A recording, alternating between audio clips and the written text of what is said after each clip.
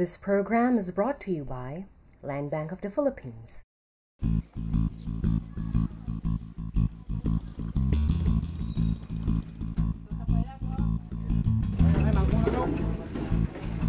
Saan ako pwede yung pumesto? Naging trabahador ako.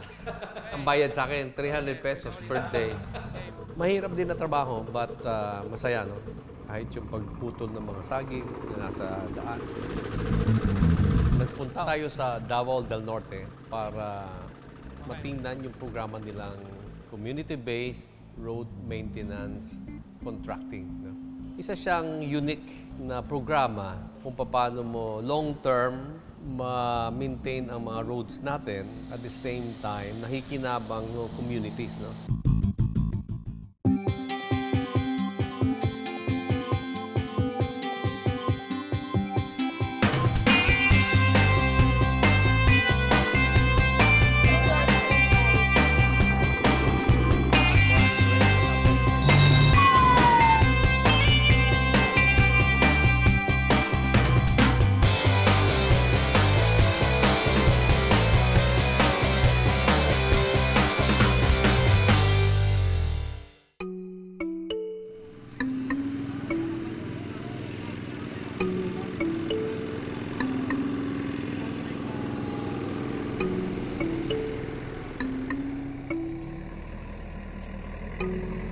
We have around 800 kilometers of provincial road, and a significant portion of that is still gravel road. No? Pag muulan, syempre, a lot of times nawawash out, tapos you have lots of holes, no, sa road. Because of the other sections that are more problematic, kuminsan hindi rin napapansin yung mga nearer sections. No?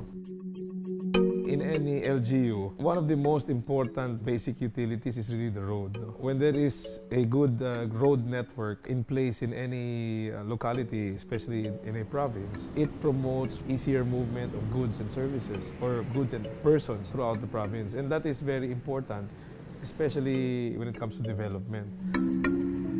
In some areas in Davao del Norte, meron pa din mga areas na kulang ang roads. No? And when you go to those places, those are normally the depressed areas. That's where you find a lot of 4-piece beneficiaries because nga hindi nakakarating sa kanilang lugar. That's the reason why very important ang road network when you talk about development of a particular local government unit. No? Meron pa bang barangay dito sa probinsya na inaccessible? No. Barangay-wise, all the barangays are accessible, but within the barangay, meron mga sitios or puroks na medyo hindi pa rin masyadong accessible. No? And that's one of the things that needs to be addressed going forward also. No? Kasi nga, one of our goals here in the province is really to eliminate already the 4Ps. Ano difference ng national road, provincial road, municipal road, barangay road, and how are they financed? Well, national road are basically roads that connect several provinces. And they're usually financed by the national government. The provincial roads are roads within the province that connect different LGUs within your province. City road, which is roads within the city that connect multiple barangays, or in the municipal side, may ganun din, municipal roads connecting several barangays. And then of course the barangay road, which is the road within the barangay lang.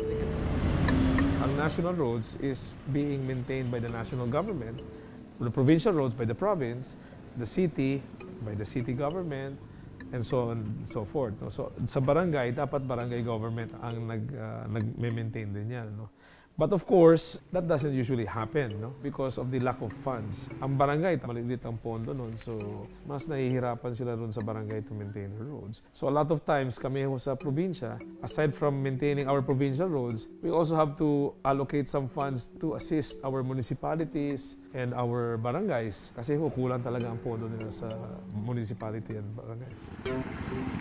It requires a lot of money to maintain yearly. And that's one of the problems that we have because we use a lot of our resources just to be able to maintain these 800 kilometers of road. Our budget to maintain the entire 800 is about 56 million pesos a year. No? So that translates to about 68,000 per kilometer. It was the provincial engineer's job to make sure that all the roads are properly maintained, that they are passable as much as possible throughout the year, no? In some areas, especially the farther areas, matagal ang maintenance, no, because of the distance. And that is why there were some areas na hindi properly maintained, no? Meron tayong 96 kilometers of provincial road. Ito po yung minimaintain namin yearly, more than 500 sa District 1, then 300 din yung sa District 2. So yun po ang composition ng provincial road. Meron kaming good, meron kaming fair, meron din kaming poor or bad road dito. Na provincial road yan. Anything na construction or infra project, ikaw ang mag-implement. Pag sinabi mong provincial road, diyan pumapasok lahat ang complaint, ang mga request ng hindi lang barangay captain yan, hindi lang yung residente, pati na mayor mismo. Kasi dati, kahit yung naputol na puno na nagbara doon sa kalsada, tumatawag yan, Engineer, mayroong saging na natumba. Kalayo ba naman namin? Naisip nila the provincial road maintenance program na galing sa OSTAID. Give the maintenance of certain sections of the provincial roads to the local community because of, number one, their proximity. They're closer to the area. Number two, they're stakeholders because they use the road. So if the road is not properly maintained, then they will be the first to want to maintain it properly because they're using it. No? Third, it would provide income to the local community, which is very important. Our budget for provincial roads in the past, it would just be consumed by the provincial engineering office. No? Salary ng driver, maintenance ng mga dump truck, and so on and so forth. No? And now, this same amount of money goes now to the different contracting parties in the localities, no? that maintain those roads. So it's a big help to the local community. You're only contracting mga provincial roads na hindi concrete. Ito yung gravel lang. Gravel lang. Tell us more about this. Our contracting is through negotiation. No? We've selected the right organization. Meron ho tayong mga trainings. No? And then after the trainings, we provide them with the basic tools needed to be able to do the job. No? Trabaho nila. Simple work, no? Like sometimes pag may mga puno na uhuhulog, for example, tinatabi nila. And then yung mga plants to the side, they trim them down. Kung kailangan lagyan ng konting graba yung butas. The more difficult jobs, provincial engineering na ang gumagawa niyan. No? Kasi they don't have the proper equipment for that. No? But most of the time, yung mga minor maintenance lang, kaya na ho nila yun.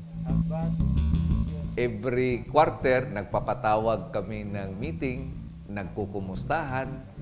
Then at the same time, meron din kaming tinatawag na coordination meeting doon mismo sa site nila. Kasi ang agreement kasi is whole year round.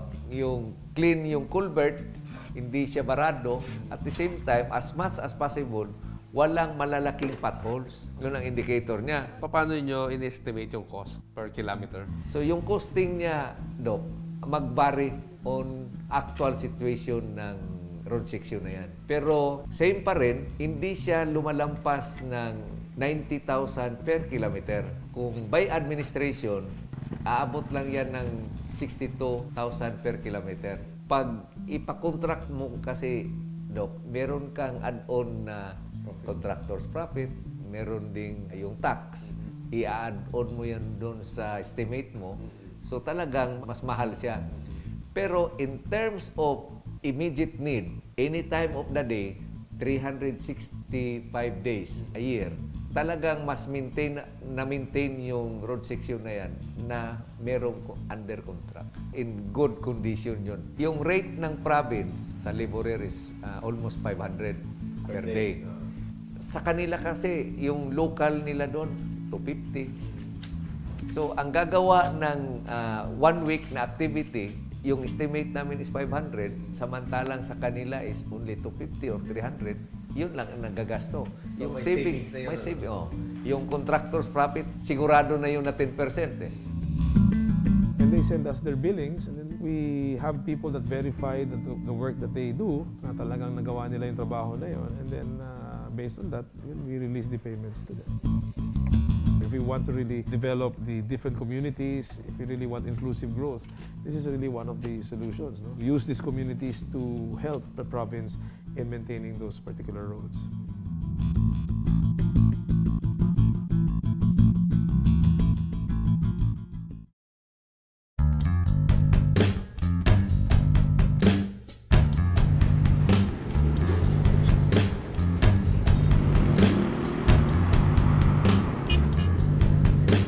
tayo sa isang barangay ng Kipalili na kung saan mayroon doon isang provincial road na mini-maintain ang provincial government.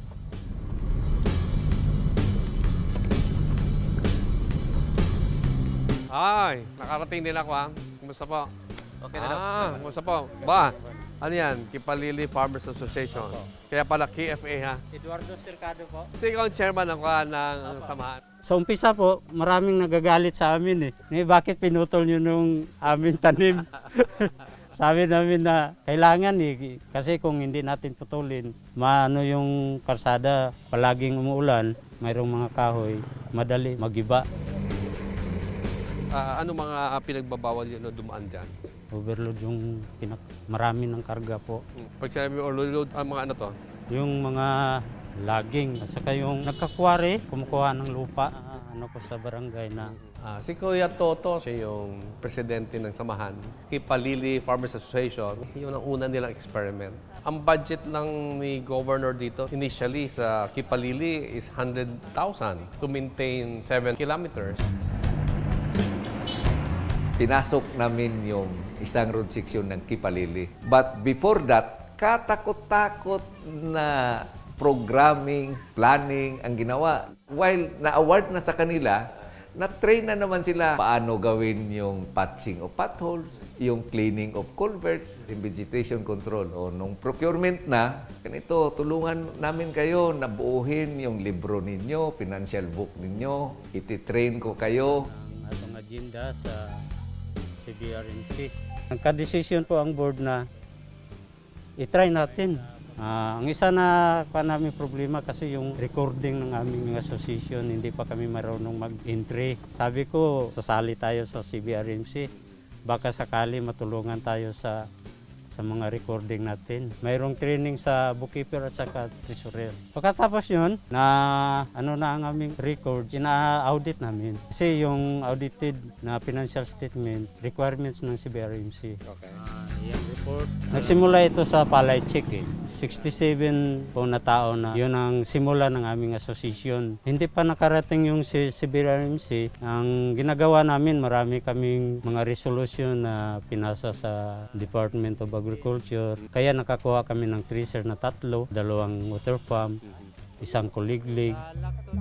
Po sa simula po parang hindi kami kumbinsido nitong programa ng CBRMC. Bakit hindi ka kumbisido sa simula? Kasi hindi pa namin nakita yung presence na yung karsada hindi pala sa probinsya, sa amin to eh. Yun ang isa na nakita namin. Sa mga training, tayong residensya ng barangay na to, tayo ang dumadaan, bakit hindi natin tatabuin ng maayos? Yun ang nakapakumbinsi sa kanila na mahalaga pala itong CBRMC na programa. Kasi ang ibang mga tao parang sabi nila, kwarta ng gobyerno, pwede natin, hindi natin bigyan ng halaga. 3 months man lang to, so gawin namin ito on the first month, patching potholes, cleaning of culverts, canal, and vegetation control. On the second month, nakita namin na, of course, tumutubo na yung damo. Then, maulan na yan eh. So, yung mga kanal, bara-bara na naman. So, sinabihan namin sa kanila na, why not, kahit wala pa sa schedule ninyo, huwag na nating antayin na magdating yung second month or third month. Yung debris na nakabara, kukunti pa lang, mas madali ninyong malinisan kaysa pag yung bulk ng debris na nakabara doon, mas mahirap yung linisan. So, pumayag naman. So, nung time ng another activity na naman, linis yung culvert. So, ang ano namin is, dapat ba silang bayaran? Alangan. Di ba? Ang agreement is dapat malinis all the time yung culvert. So, kahit wala silang activity, hindi natin kasi alam na on that 3 months, talagang pinupulot nila kung meron sila nakikita na bara. Doon pumasok yung partnership namin na hindi amin to, sa inyo itong kalsadang to.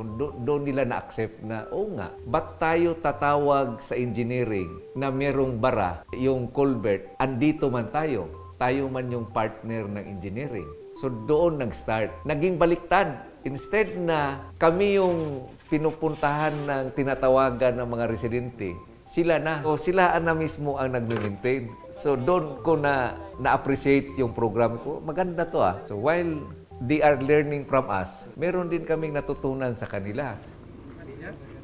Sa isang taon, paano maintenance niya? Ang kuan man weeks ate. po sa amin dito is by quarter. Sa isang quarter, ilang araw na patrabaho yan? Siguro mga 15 days siya. Hindi naman tuloy-tuloy. Ah, Yung kanang kung masyadong maulan, saka mayroong sira, kahit hindi pa schedule, kailangan kanin na namin yung patsingan na namin. Yung ulan kasi yun ang makapasira saan. Kung may makita na mayroong sira, kailangan agad-agad. Mayroong mga kahoy na na mahangin, matumba, sa mga saging. paano kung sa quarter na yan, maganda naman, walang problema? May patrabaho ka pa rin? Yung mga vegetation na yung pinipili namin yung mga grass na malalaki na, yun ang So, inuuna hindi namin. nauubusan ng trabaho? Hindi May trabaho palagi? May trabaho pa palagi. So, araw-araw nagbibigyan ng sahod? Oh, nagbigay po kami ng sahod, 300 per day. Ang bayad sa labor po sa Okay. kalsada. Nakagusto rin ng mga tao, ng mga sako. Mabuti pa yung 250 lang, yung 50. Mapasok pa sa ating organization. Nakaimbak kami ng halaga na 50 pesos per tao. So, magkano ng pera nyo ngayon, saving? 80 plus ata ang na-gain namin sa CBRMC. Nakita ko yung toto, lahat palagi yung pinapadal sa board. Lahat ng dapat pag-usapan, lahat ng dapat pagbigyan ng desisyon ay kinukonsulta niya sa board. So maganda rin yung spirit of the group. Pagsama-sama, patuloy yung pag-aaral nila sa reporting, sa accounting, sa mga meeting. Again, mga small steps towards social cohesion. Dahil dun sa road network, parang may incentive to produce more. Kaya makita mo yung mga lupa nila doon, no? Planted to rye, to coconut. Ngayon, cocoa. In fact, yung San Isidro ngayon, no, where Kipalili is a barangay, is now a cocoa producing town. Happy ang mga miyembro mo? So, ilan ang miyembro mo ngayon? Dati 67. 67, Bakit 117 dumami? kayo. Nakumbinse rin sila kasi Ano pa ang bentahin nitong proyekto? sa recordings ng aming financial. Yun ang isa na pinaka-importante yung CBRNC nakatulong sa association. Napababa yung expenses ng mga farmers. Yung produkto ng mga farmers dito, mabilis na ang paglabas kasi maayos na ang karsada. Kumusta naman ang bayad sa pamasahe ng mga paglabas ng mga produkto? Noon, 50 pesos, sakay mo ng kabayo pa doon sa highway. Nang nakapasok ng sasakyan dito, 20 pesos na lang po ang per sack. Hanggang Tagum. Pati yung mga kabataan na nag-eskwela, hindi na lumalakad, sumasakay na Ano pa ang mga benepisyo ng proyekto? Kanon yung plate ng motor dito 50 pesos po ng highway. Sa ngayon 25 pesos. Mayroon. So ano pa ang dapat gawin na provincial government para mas mapaganda pa yung programa? So, pangarap ng mga tao na sana makoncrete na to. Baka kung maka-concrete pa, baka mababa pa ang mga expenses na pa-market. Pero kung konkreto na to, hindi na kayo kailangan mag-maintain. Siguro sa patching hindi na, pero sa kanal at saka sa vegetation, kailangan pa siguro. Almost the same pa rin yung activity nila. Like patching. Yung shoulder kasi niyan, Dok, hindi man yan concrete. Gravel lang yan. So, ganun pa rin. Hindi mo pwede iwanan yung shouldering niya na butas-butas din. Yung culvert, andyan man yan. Kahit concrete road ka na, yung ilalim niyan is andun pa rin yung culvert cross drainage natin. Pag nag-concreting ka kasi, dapat i-establish mo talaga yung drainage canal mo. So, hahaba or baka mas malaki pa yung scope of work nila. So yung community-based road maintenance contracting will be talagang needed for a long time. So, ngayon sa engineering department, yun pa rin ang gusto namin.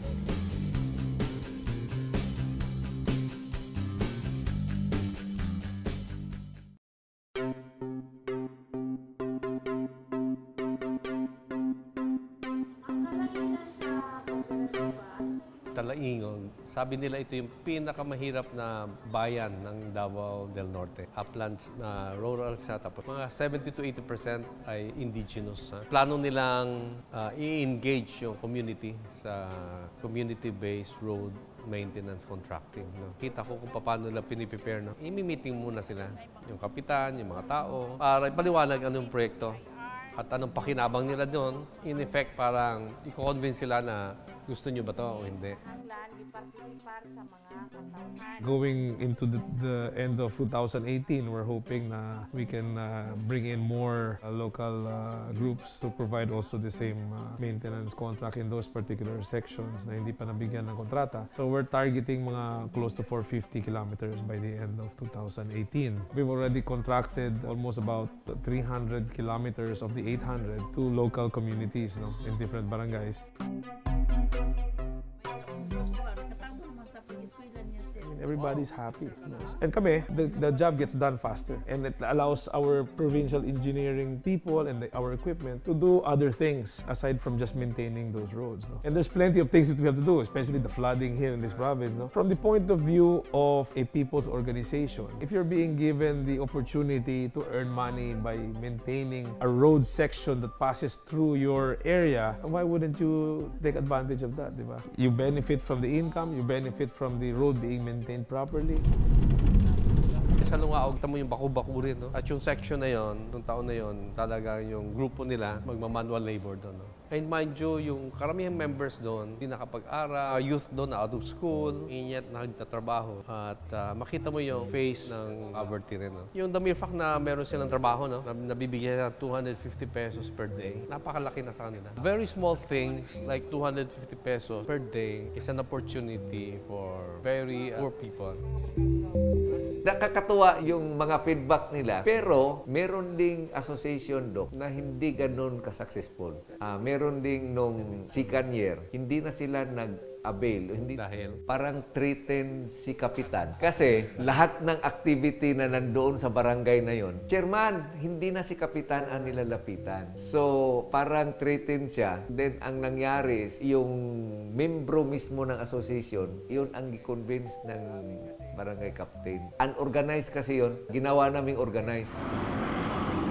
Going forward, I would love to see all these roads to be concreted. How long will it take para ma-concrete ka? If you're going to rely on the provincial funds for that, it's going to be impossible. No? But if you bring in the national government, then it's possible to be able to do it. In the previous administration, we had this program sa DILG, which was called Kalsada. Ang purpose ko nun was really to concrete all the provincial roads. Now, under the administration of President Duterte, tinuloy nila yung program, but it's now called CMGP, no? Conditional Matching Grant Program.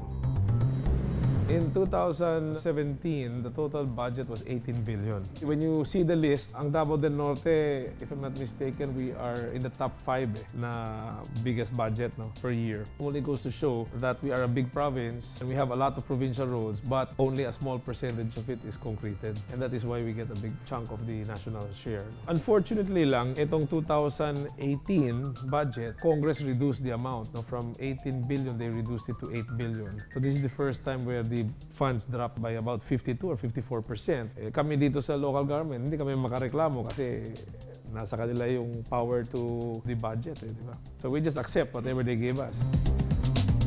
Ang haba pa ng road na kailangan ma-concrete. And that is why itong pondo natin na 56 million pesos a year, it's a huge amount of money that we would have been able to use it in other programs if the entire 800 was concreted. Nabanggit ni Gob na of the 800 plus, mga less than 10% ang concrete ng provincial road. To be exact, Doc, andyan lang sa 8. Mga magkano abutin yan per kilometer na yan? Yung conditional matching grant na program, yung limit nila is 10M per kilometer. 8 billion. Binago namin yung target namin, at least man lang, out of the 800 kilometers, aabot man lang kami ng 70% or almost 600. Good na kami niyan. CBRMC gives communities the sense of ownership. Meron bang dapat i-improve sa project? So one of the things we're looking at now is how to improve pa the capacity of this organization. Meron kami mga programs sinagawa in order to capacitate the people. Plan kasi namin this year, Doc, matapos namin yung maintenance manual, magka-capacity development kami, training for technical masonry, kasama na yung carpentry. Free yan. This program na community-based road maintenance contracting is one of the best strategy para ma-maintain mo road na hindi naman napakaganda pero madadaanan mo year-round. May kalahok ng mga tao na kung titignan mo, very cost-efficient and cost-effective. Sa akin, ang pinaka-lesson dito, partnership. Yung government, local ka man, national, natututo sa tao. Yung mga tao naman sa baba, natututo din sa mga line agencies. And when you do that, nagiging adaptive yung project nyo sa community. Pakaganda. And hindi lang yan mauuwi sa road maintenance. When you have viable communities there, ang potential niya, no? Pupunta sa agriculture, environment, health, and everyday life of the community. Isang unintended consequence na napakaganda ay yung ownership. But we only need a lot of mindset shifting from dependency to responsibility. Pag may sira dyan, ayusin ka agad kasi at the end of the day, tayo ang nakikinabang.